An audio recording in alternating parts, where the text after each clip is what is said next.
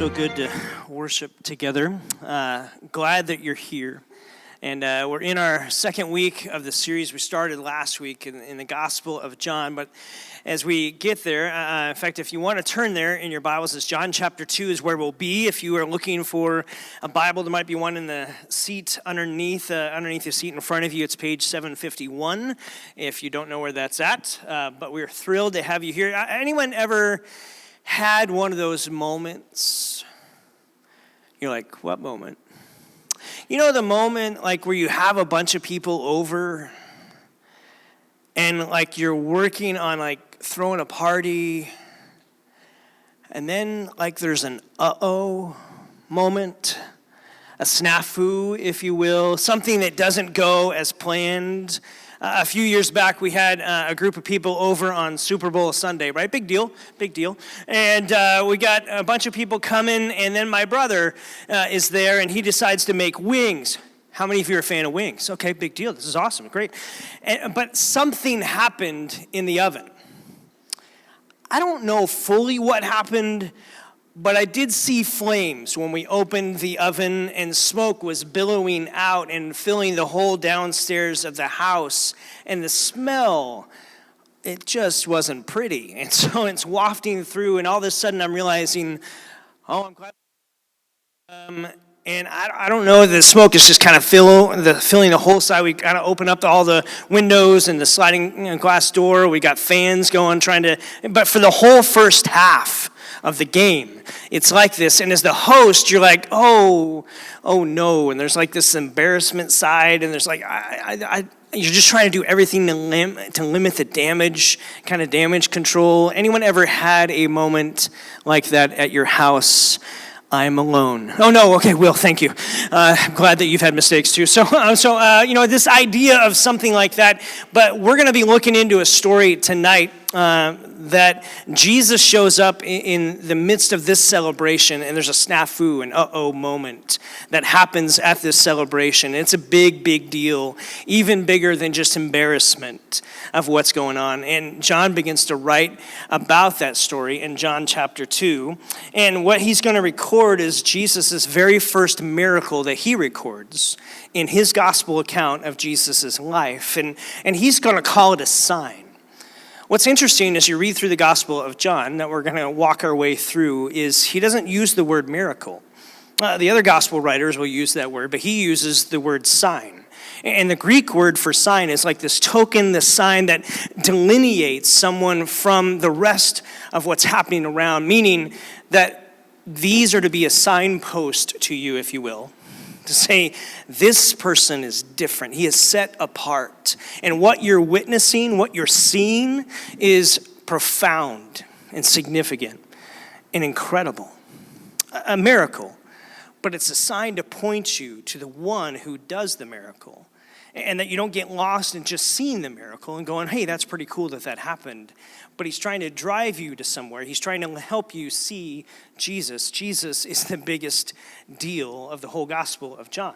Remember, that's what he wrote about. The very first part, what we looked at last week. So if you missed, I invite you to catch up through the app if you want and catch that. Because John's saying, like, Jesus, he's painting this profound portrait of him as the divine Son who's come to earth to reveal God the Father and to bring about eternal life to all who believe in him. And toward the end of his gospel, he writes, hey, here's the reason I've written this whole account. Here's the reason I've written all this down so that you may know. Remember John 20, verse 30 to 31, he says this, now Jesus did many other signs, miracles, things that pointed to him. He did many other signs in the presence of his disciples, which are not written in this book, but these are written so that you may believe that Jesus is the Christ, the Son of God, and that by keeping believing in him, you may have life in his name. John's saying, here's the reason I wrote this, and I want you to get it. I want you to believe in him.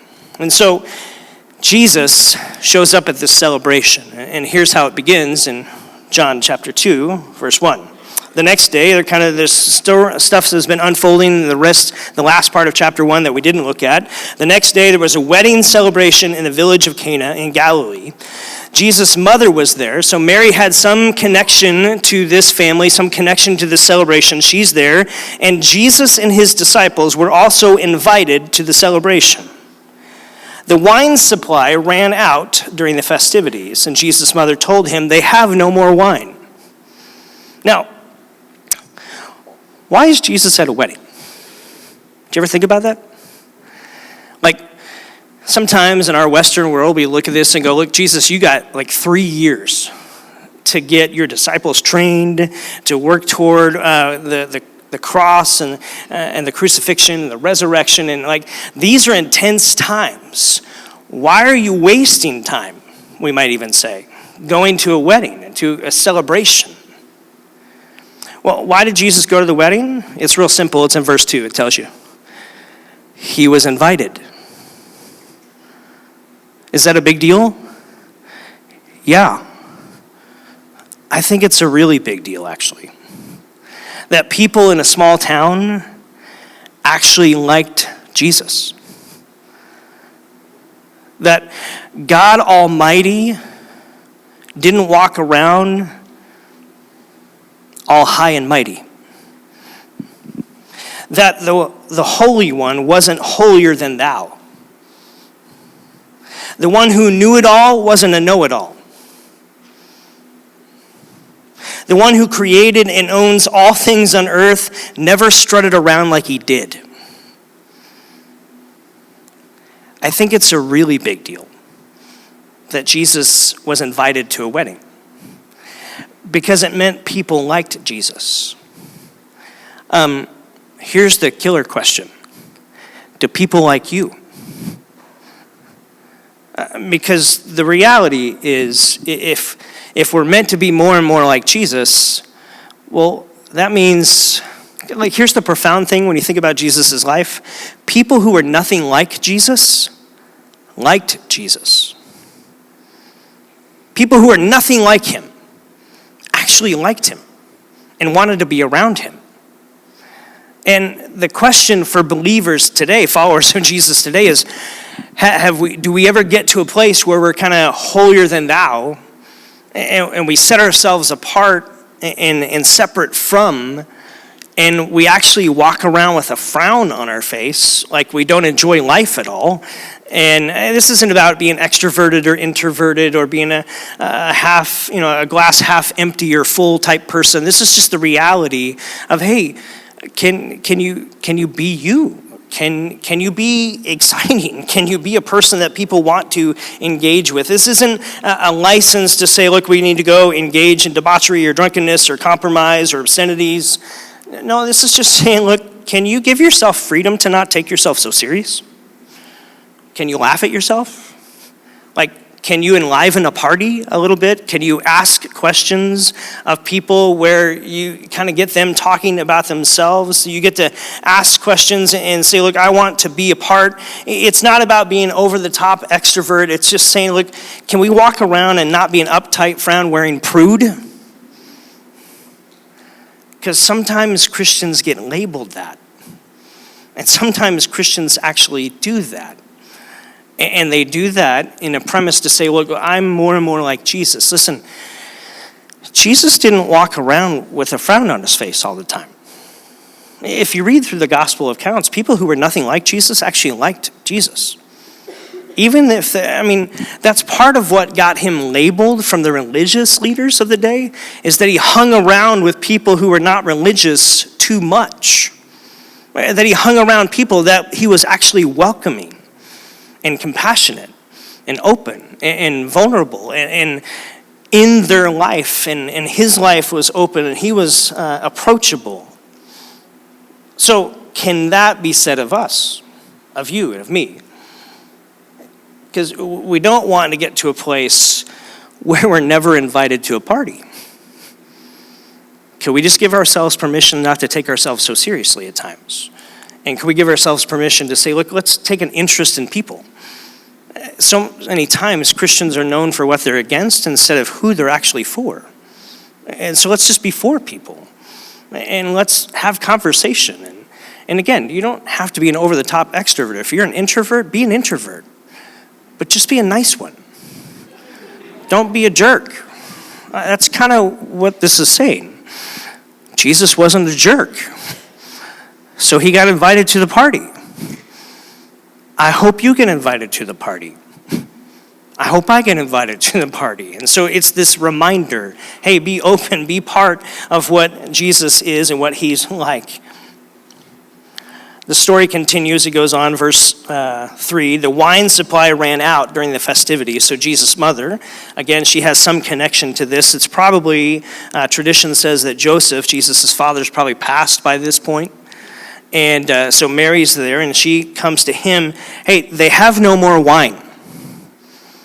Now, in our day, we would go, well, run to the store.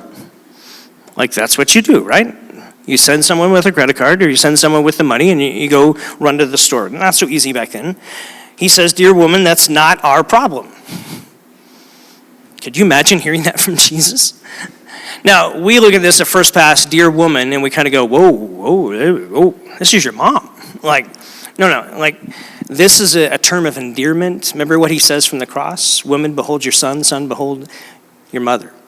And so this isn't one of those things that we read in our culture like, whoa, Jesus is dissing his mom. No, this isn't your mama joke or anything. This is just, hey, this isn't our problem. My time has not yet come. In Greek, it's this idea that it's not my moment yet. But I love Jesus' mom. I love Mary. But his mother told the servants, do whatever he tells you. And she walks away. How many of you have a mom that has done that? Yeah, just do something. Okay, off we go. And Jesus is left there, and he responds. And this is what happens. A miracle is about ready to take place. Standing nearby were 6 stone water jars used for Jewish ceremonial cleansing. Each could hold 20 to 30 gallons of water. So Jesus tells the servants, fill the jars with water. And when the jars had been filled, he said, now dip some out and take it to the master of the ceremonies, the host, who's hosting this party. Now, what you have to understand is that this party, how many of you have been to weddings before? How many of you, the wedding you went to started on the day and ended on that day? Maybe in the wee hours of the next day. But a Jewish wedding was often 6 to 8 days long. What to what? Yeah. Like when you went to a wedding, you were at the wedding for a long, long time. Okay, like you slept there, and the hospitality culture of the first century was a major, major deal. And so to run out of wine is a major snafu. It's not a little oops. It's a big, big deal. When the master of ceremonies tasted this water that was taken, that had now turned into wine, not knowing where it had come from, though of course the servants knew, he called the bridegroom over and said, a host always serves the best wine first in this epic wedding that lasts 6 or 7 days. Then when everyone has had a lot to drink, he brings out the less expensive wine. But you have kept the best until now. There's something like, this doesn't happen. What I'm tasting right now is the best I've ever tasted. The miraculous sign at Cana in Galilee was the first time Jesus revealed his glory, and his disciples believed in him. Hospitality ruled the days, and families were under significant social pressure to provide lavishly for their guests. And at some point, the situation goes bad, and the wine runs out. And in a culture of hospitality, this is no small thing. In fact, in records, lawsuits happened between guests and wedding party host because of snafus like this. So this isn't just a little simple thing. This is a huge embarrassment. And we don't really know the reason the wine ran out. Was there too many people that showed up to the wedding? Did someone not calculate right what they needed? Did the delivery truck not show up? We don't fully know the reason, but we know the consequence. A whole family is going to be ashamed. An entire event is going to have kind of a shadow over it of controversy, and the family really needs help. So what do you do in that moment? Well, Mary says you just ask Jesus. Makes sense to her. What do you do in a moment like that? Well, you ask Jesus. So Mary brings the situation, do whatever he tells you, and a miracle begins to take place and begin to happen. How do you define a miracle? Well, Webster's kind of defines miracle as an extraordinary event manifesting divine intervention in human affairs. The Gospels record 35 different miracles, or as John says, different signs that point to Jesus. In the Gospel of John, each miracle is a sign intended to point people to the truth of who Jesus is. It's a really big deal that John's trying to make a point here. Don't get caught up in the water to wine. That's pretty legit and it's pretty awesome. But don't lose the fact of who did it, because that's what John's trying to get you to see. And don't miss the reality of what's going on here. 6 stone water jars. That's not happenstance. Scholars have had different debates of what does that mean, what's the meaning behind that. I think it's fairly simple. In Jewish culture, you would use water to purify you from being contaminated from the world.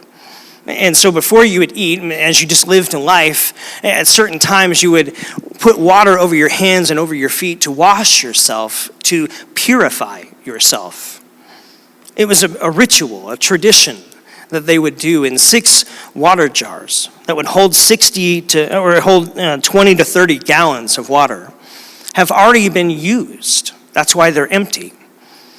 Because the wedding has been going, the celebration has been unfolding.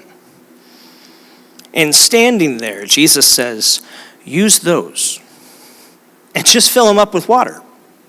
Now, dip some out and take it to the host. And the host makes the exclamation that you heard. This is the best wine we've ever had. Like, you don't do this. Normally you give the cheap stuff now. But this is the best stuff. Like, this is the stuff people go out of their way to get and to store away and to hold on to a special occasion. You don't serve it halfway through a wedding where people have already been engaging. No, you brought the best for last, and that doesn't happen. Isn't it fascinating that Jesus uses a ritual, a tradition that the Jewish people would have held on to as a way of saying, I'm going to purify myself. And yet Jesus is speaking into this moment of, no, see, your purification, you trying to purify yourself, it doesn't work. You need something better. And now, someone better is here. And Jesus is stepping in to his moment. This idea of the water jars is that maybe had come to fill what was empty. That the content of these empty religious rituals, the jars help visualize Jesus saying, no, there's something better here. Remember what John said in chapter 1? For the law was given through Moses, but God's unfailing love and faithfulness came through Jesus. Something better. If indeed God is at work in the world in unprecedented ways, and Jesus' appearance among us ultimately alters the value of all religious ritual expression. This is the message John will come back to over and over and over again. These old jars are being filled with new content. The old wineskins are being replaced with new. Someone better is here. Water into wine, something empty now filled. Wine recalls the many prophetic words of the day of the Lord that the Old Testament prophets would write about, as Hosea and Amos would write about. This idea of the day of the Lord would be this abundance of wine, of flowing and available to people. Therefore, these vessels of purification, these old stone jars, are no longer useful for what they were set up to be. They've been changed and brought into something else. Religious vessels and traditions and rituals must now find their home in the culmination in the revelation of the Messiah, the Son of God, of Jesus, our Savior. He is now the cornerstone of all religious activity, attention, and devotion. There's no need for anything else. It's all about him. That's what John's writing. For the law was given through Moses, but God's unfailing love and faithfulness came through Jesus Christ. No one has ever seen God, he writes, but the unique one who is himself God is near to the Father's heart, and he's the revealer of God to us. He's the explainer. Something better is here. That's the amazing part of the story. 120, imagine, or 180 gallons of water that's instantly turned into wine. And not just ho-hum wine, but the good wine, the good stuff. That the host says, this is amazing. His presence, his power transforms everything. I don't know if you've ever seen this meme that's gone around for a while, that Jesus was here. It's a sign that says water and it's all wine underneath it. I just think that's awesome. That's the moment. Modern day, that's what we're picturing of what's happening in this moment. The master of ceremonies tasted the water that's now wine, not knowing where it came from. And he called them over. Usually you give out the good stuff first, then you save the cheap stuff for later, but you brought the best stuff out now. When the emergency happened, the best stuff showed up. This is the first time Jesus revealed his glory. And what's the last phrase of this? And his disciples believed in him. The transformation happened. And they weren't caught up in the water to wine. That's pretty nice. It's an awesome miracle. It's a great sign. But they were captivated by the one who did it. And they began to believe in him. Jesus, you are more. Like, I couldn't do that. The disciples saw Jesus do something they could not do on their own, and their faith grew. That's what we're invited to seek. Asking Jesus to do within us and with us and for us only what he can do that we can't do on our own. Here's one of the takeaways I had this week studying through this. Jesus always shows up where he's invited. He just does.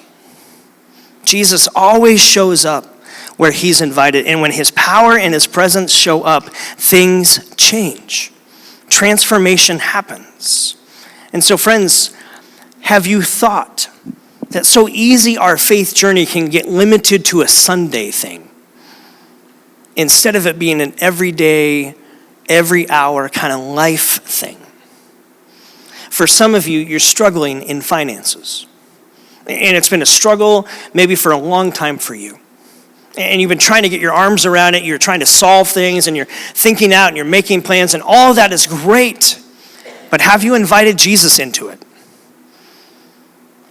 For some of you, you got torn and broken relationships, and you're trying to do the hard work of self-examination and trying to work on being a healthy you and trying to bring health into the situation, trying to listen and learn and forgive, and all of that is good stuff.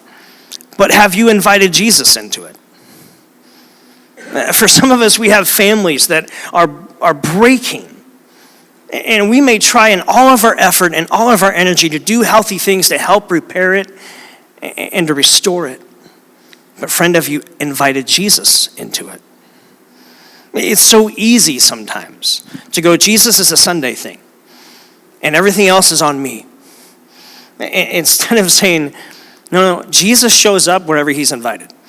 And so, Jesus, I'm just going to invite you into my relationships, into my family, into my workplace, the relationships I have with my coworkers that are strained. I need your presence and your power to show up here. And I don't even know what I'm asking for. I just want you invited. Because when you're around, I can ask you. And when you're around, you just change things. And when shame and the shadow of the story begins to fall on me, and I'm embarrassed, and everything that seems to be crumbling around, you have a way of making it even better than what people expected. Because Jesus always shows up where he's invited. And so the challenge, the invitation for us is to say, as a disciple, you are a person that is continually inviting Jesus to show up and have sway in all areas of your life. It's all open to him. And you're asking him to be there because we're seeing when he shows up, when he gets involved, when his presence and his power is there, it's transforming things. His divine activity does something that my individual ability cannot do on its own. And that's what I need. I need his divine activity to be active in my life. I don't need to just depend on my own individual ability. And so into those moments, have you invited him?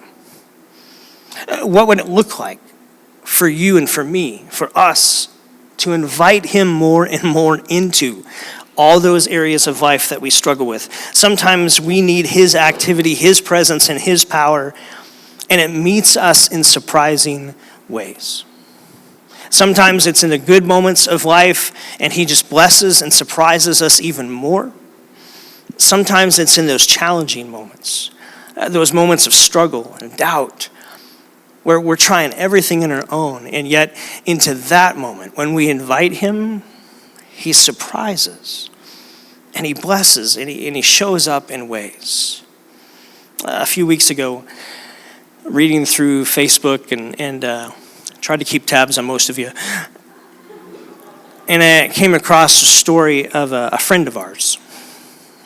And just listening to what she wrote and how God was moving in her God story that moment, I remember calling and Facebook messaging to be like, hey, would you share that with your friends here? Because I think it would bless them. And so I would love to have Delaney come and share a little bit of her God story, what God's doing, and how this passage ministered to her. So Delaney, thanks for being willing to share your story. Thank you very much. So I'm Delaney. Just kind of a little background. I was diagnosed with type 1 diabetes in 2010. Sorry, I'm already getting emotional. When I was diagnosed, I didn't really think much of it, to be honest with you. It was kind of one of those things that you receive the news, you know you have to change things, and you just move on. It didn't hit me until about 2 weeks ago. I went to place an order for my medical supplies. I use an insulin pump, and our insurance was about to change over, so I knew I needed to get my stock of supplies ordered. And when they ended up coming in, I opened up the box, and it was completely wrong, naturally with these companies.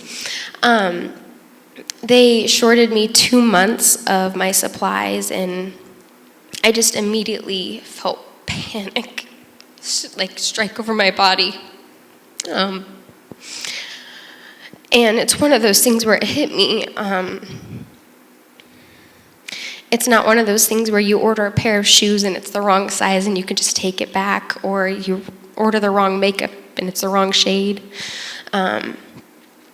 It's not a cold that I'm just going to get over in a week. It's something I have to live with for the rest of my life.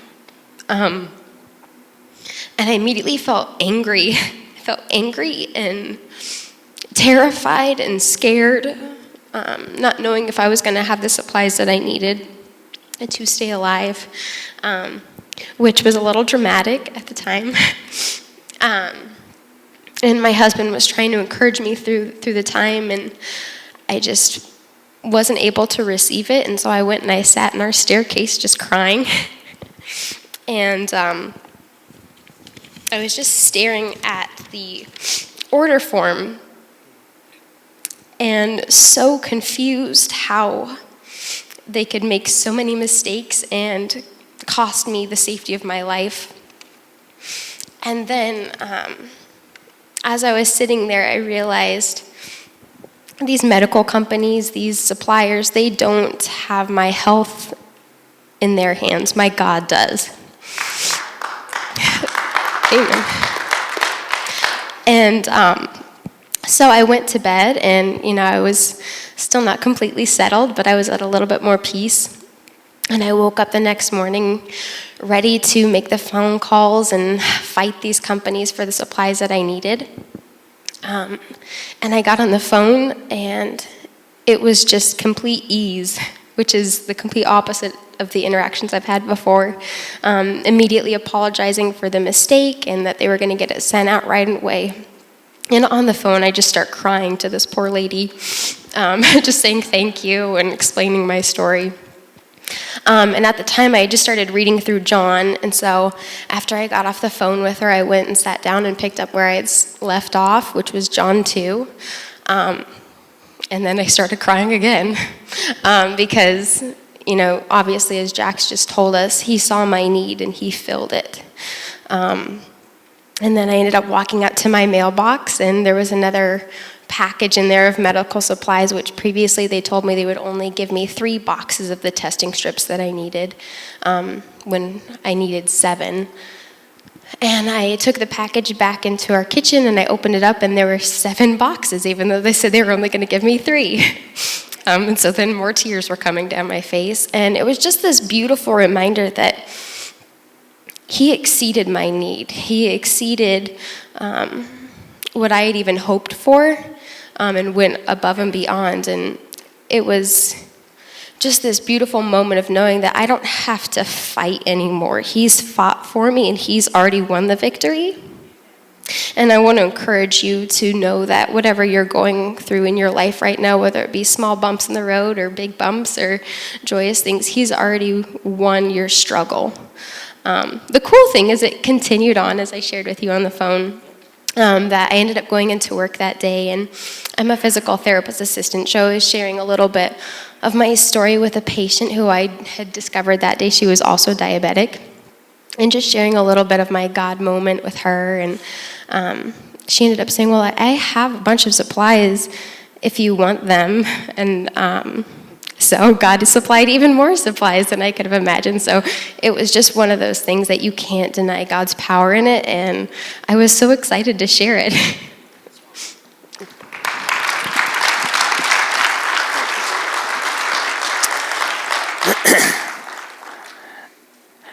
His divine activity does something that our individual ability cannot produce on its own. And so invite him. Invite him into all those areas that you're struggling, all the areas that you need wisdom, all the areas that you need his attention and his activity in. And we pray that you'd have your own God stories over and over and over again, that where you're empty, Jesus would just fill you up. Because someone better is here. And so Jesus, thank you for Delaney and for her story and the way that you met her and surprised her. I pray that you would multiply that out to every individual here, everyone that listens online. God, that you would surprise them with your divine activity that goes well beyond and way past whatever individual ability we can try to do. And we can work, and we should. But God, your work is so much better. And Jesus, we see in this story that the culmination of all religious ritual and tradition finds its place in the cornerstone of our faith. It's you, Jesus. And so would you help us to have the courage to invite you in to every area that we need your wisdom, your attention, your insight, your activity to be loosed in a way to do something that we cannot do on our own. And so as we come to a moment of remembering in communion, maybe sitting and just reflecting about what you want to say to us, how you want to move in our hearts. We thank you for, Jesus, your life, your teaching, your miracles, the signs that you did that we may believe in you. We thank you for your death on the cross and your resurrection, even more importantly. That you are truly Emmanuel, God with us. You're for us. You're a God who surprises us. And when we're at our weakest moment of maybe embarrassment or shame or the shadows of life are coming over us and we don't know what to do, if we just ask, and you love to step into moments like that. And so as we take communion, as we sing here in a moment, we want our heart's affection and attention to be on you. To thank you for who you are, and to ask you again, to invite you again, to show up, to be with, to surprise.